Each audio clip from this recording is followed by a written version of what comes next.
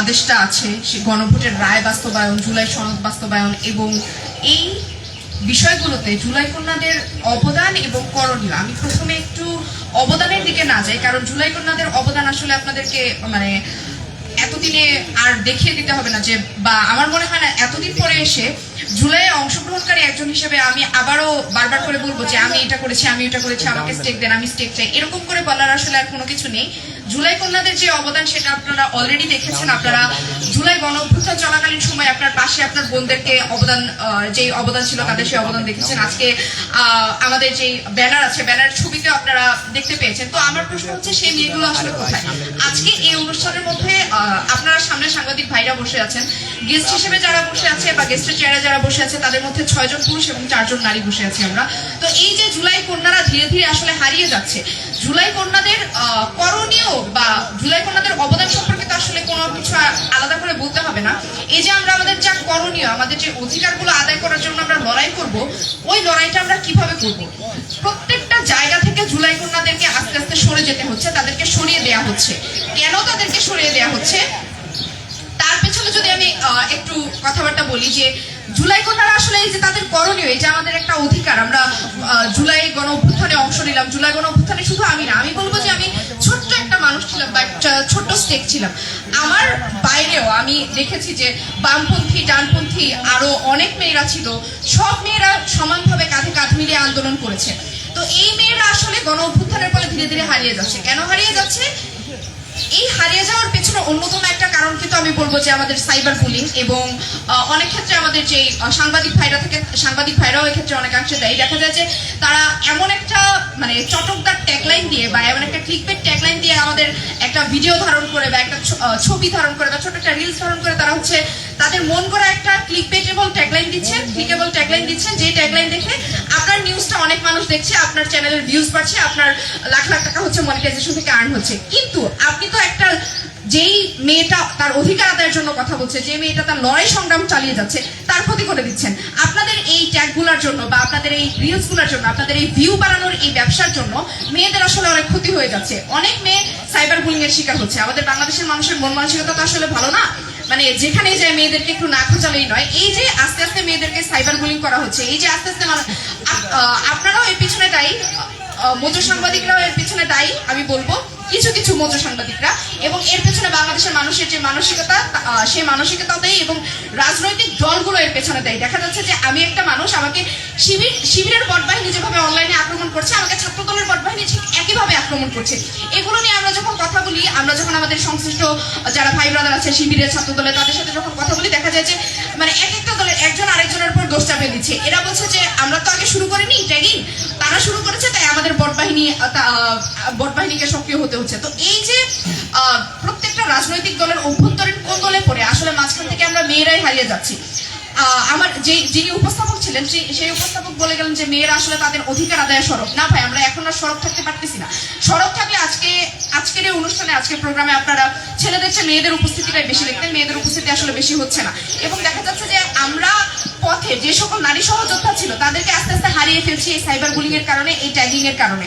এর পেছনে আমি বলবো যে আমাদের জুলাই গণ অভ্যুত্থানের পরে যারা সরকারে ছিল, আমাদের ভাই ব্রাদাররা, নাহিদ ভাই, আসিফ ভাই, মাহফুজ ভাই, তারাও অনেকাংশে দেয়। দেখা গেছে যে মেয়েদেরকে সাইবার বুলিং করা হলে সেই সাইবার বুলিং এর বিরুদ্ধে যাতে একটা স্ট্রিক্ট আইন থাকে, বা জুলাই গণ অভ্যুত্থানে অংশগ্রহণকারী কোনো মেয়ে এইভাবে নোংরা ভাবে তাকে যদি কোনো দল আক্রমণ করে বা কোনো বটবাহিনী যদি তাকে আক্রমণ করে, সে যদি সাইবার বুলিং এর শিকার হয়, কোনো মিডিয়া যদি তাকে মিসলিডিং একটা ইনফরমেশন দ্বারা ফ্রেমিং করে, সেই মেয়েটার একটা নিরাপত্তা পাওয়ার কথা ছিল, সেই মেয়েটার নিরাপত্তার জন্য একটা আইন করার কথা ছিল।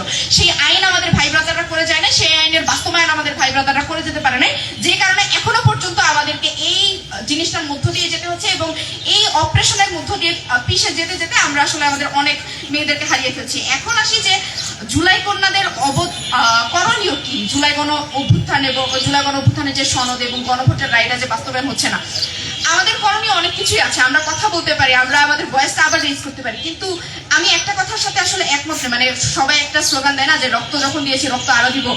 মেয়েরা অলরেডি রাজপথে রক্ত দিয়েছে, মেয়েরা অলরেডি তাদের রাজপথে তাদের লড়াই সংগ্রাম করেছে, তাদের ঘাম ঝরিয়েছে, তাদের মূল্যবান সময় দিয়েছে। আমি একজন স্টুডেন্ট, আমার লাইফ থেকে অনেকটা সময় চলে গিয়েছে এই রাজপথে লড়াই সংগ্রাম করতে করতে। আমি চাইবো না বারবার রাজপথে আমার অধিকারের জন্য লড়াই করতে।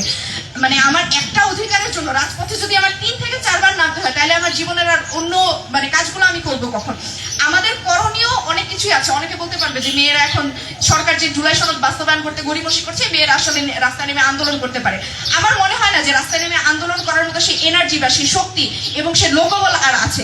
মেয়েরা আসলে ওই পরিমাণে এখন আর নাই, বা মেয়েরা আসলে রাজপথে নামতে অতটা ইন্টারেস্টেড না। ওই যে বললাম, আপনারা ট্যাগিং করছেন, আপনারা ফ্রেমিং করছেন, আপনারা একটা বাজে অ্যাঙ্গেল থেকে একটা রিল নিয়ে ছেড়ে দিচ্ছেন, আপনার ভিউ ব্যবসা হচ্ছে, একদল আরেক দলের মেয়েদেরকে নিয়ে স্লাশ শেমিং করে তারা মজা নিচ্ছে, তাদের রাজনীতিটা উপরের দিকে উঠে যাচ্ছে। কিন্তু যে মেয়েরা রাজনীতিতে আসছে, সে যে দলের মেয়ে হোক না কেন, আমি বলবো প্রত্যেকটা দলের মেয়ে, প্রত্যেকটা রাজনৈতিক দলের মেয়েরা আসলে এখানে নোংরাভাবে ফ্রেমিংয়ের শিকার হওয়ার কারণে তারা রাজনীতি থেকে দূরে সরে যাচ্ছে।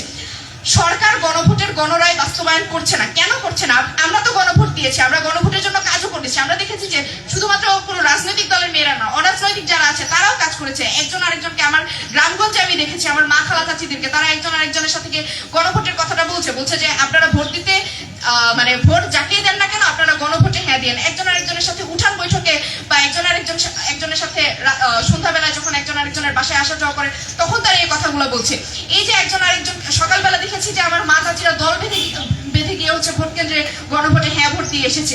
ওই গণভোটটা, আমি যে গণভোটে হ্যাঁ দিলাম, সেই গণভোটটা এখনো পর্যন্ত সরকার বাস্তবায়ন করছে না। এর কারণে আবারও আমাকে রাজপথে কেন নামতে হবে? মানে কয়বার আমরা রাজপথে নামবো? আর রাজপথে নামার জন্য সেই লোকবল, সেই পরিমাণে যে স্ট্রংনেসটা থাকা দরকার। একটা মেয়েকে কতবার মানে স্লাট শেমিং করা যায়? আপনারা 100 বার স্লাট শেমিং করতে পারেন, কিন্তু সেই 100 বার স্লাট শেমিং নেওয়ার ক্ষমতাটা আসলে আমার নাই। মানে গণভোট নিয়ে যদি কথা বলি, দেখা যাবে যে আমাকে যে সরকার গণভোট বাস্তবায়ন করছে না, এই ক্ষেত্রে আমাকে একটা ট্যাগিং দিয়ে দেওয়া হবে, আমি ছাত্র সংস্থার, বা আমি শিবিরের, বা আমি অমুক দলের, আমি তমুক দলের। এই যে আমার অধিকার নিয়ে আমি কথাটা বলতে পারছি না, অধিকার নিয়ে কথা বলার যদি কোনো জায়গা না থাকে, আমি অধিকারের লড়াইটা তাহলে করবো কিভাবে? সরকার গণভোটের গণরায়টা বাস্তবায়ন করছে না, এটা কমপ্লিটলি সরকারের ব্যর্থতা। এবং আমি বলবো আমাদের বিরোধী দলে যারা আছে তারাও সঠিকভাবে এই জিনিসগুলো উত্থাপন করে সরকারের কাছ থেকে আদায় করে আনতে পারছে না। কুসুম কুসুম যে বিরোধিতার কথা আমরা শুনি, সেই সংসদে জাস্ট সংসদীয় বিতর্কের মাধ্যমে কুসুম কুসুম বিরোধিতাটা আমরা দেখছি।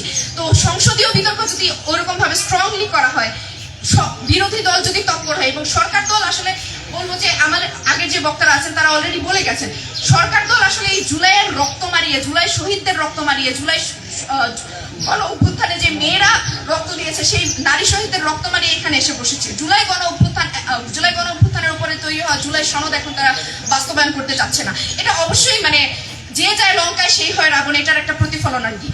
তারা তাদের যখন সময় ছিল, তারা যখন শোষিত হয়েছে, সেই শোষিত হওয়ার সময়টা থেকে উত্তরিত হয়ে তারা এখন শোষকের পর্যায়ে এসে বসেছে। শোষকের চেয়ারে যখন এসে বসেছে, তখন তাদের চরিত্র সেই রকমই হবে, সেটা হওয়াটাই স্বাভাবিক। এটা আমাদের বাংলা জাতির চিরায়ত চরিত্র। এখান থেকে আমরা কাউকে মানে বের করে আনতে পারতেছি না, এটা আমাদের জাতিগত একটা ব্যর্থতা। সরকার গণভোটের গণরায় বাস্তবায়ন করছে না, এটা কমপ্লিটলি সরকারের ফেলিওর। এবং এই গণভোটের গণরায়টা যদি বাস্তবায়িত করতে সরকার আরো বেশি প্রলম্বিত করে এবং আরো বেশি এটাকে দীর্ঘায়িত করে, এটা নিয়ে আরো অনেক নাট্যমঞ্চ বানায়, আরো অনেক নাটক বানায়, আরো নানা ধরনের সংবিধান, এই জিনিসগুলোর, এই আইনের ফাঁক ফোকর, এটা সেটা, এই জিনিসগুলো যদি তারা দেখাতে থাকে, এটা যেমন নারীদের উপরে এটার খারাপ প্রভাব আসবে, পুরো জাতির উপরে খারাপ প্রভাব আসবে। এবং সরকার যে গণভোটের রক্ত মারিয়ে, যে জুলাই গণ অভ্যুত্থানের রক্ত মারিয়ে গণভোটের মাধ্যমে এবং যে নির্বাচনের মাধ্যমে এখানে এসে বসেছে, তারা সেই নির্বাচনটা, গণভোট যদি অবৈধ হয় তাহলে তাদের সেই নির্বাচনটা আসলে বৈধ থাকে না, সেই নির্বাচনের কোনো সার্থকতা আসলে থাকে না। তারা যদি ফ্যাসিস্ট হয়ে উঠতে চায়, তারা যদি স্বৈরাচার হয়ে উঠতে চায়, তাহলে তাদের পতনও ঠিক শেখ হাসিনার মতোই হবে। আর বেশি কথা বলাতে চাচ্ছি না। আমাদের করণীয় আসলে, আমি বলবো যে মেয়েদের করণীয় আসলে অনেক কিছুই আছে। আমরা আবারও রাজপথে নামতে পারি, কিন্তু আসলে আমি চাই না যে যতগুলো মেয়েকে আমরা হারিয়েছি, যতগুলো মেয়ে জুলাই গণ অভ্যুত্থানে গিয়ে রক্ত দিয়েছে, আবার ততগুলো মেয়ে রাজপথে নেমে তাদের হচ্ছে জীবন থেকে মূল্যবান সময় বা মূল্যবান তাদের জীবনের মূল্য দিয়ে হচ্ছে এই গণভোটের রায় বাস্তবায়িত হচ্ছে না কেন, জীবনের মূল্য দিয়ে তার অধিকার আদায় করতে হয়, এটা আমি আর চাচ্ছি না। আমরা আমাদের অধিকার আদায়ের জন্য লড়াই করেছি, অধিকারটা দ্রুত বাস্তবায়িত হোক। এবং অধিকার বাস্তবায়নে আমার মনে হয় শুধু মেয়েরা না, যারা আছে আমরা সমষ্টিগতভাবে সবাই একসাথে কাজ করতে। ধন্যবাদ।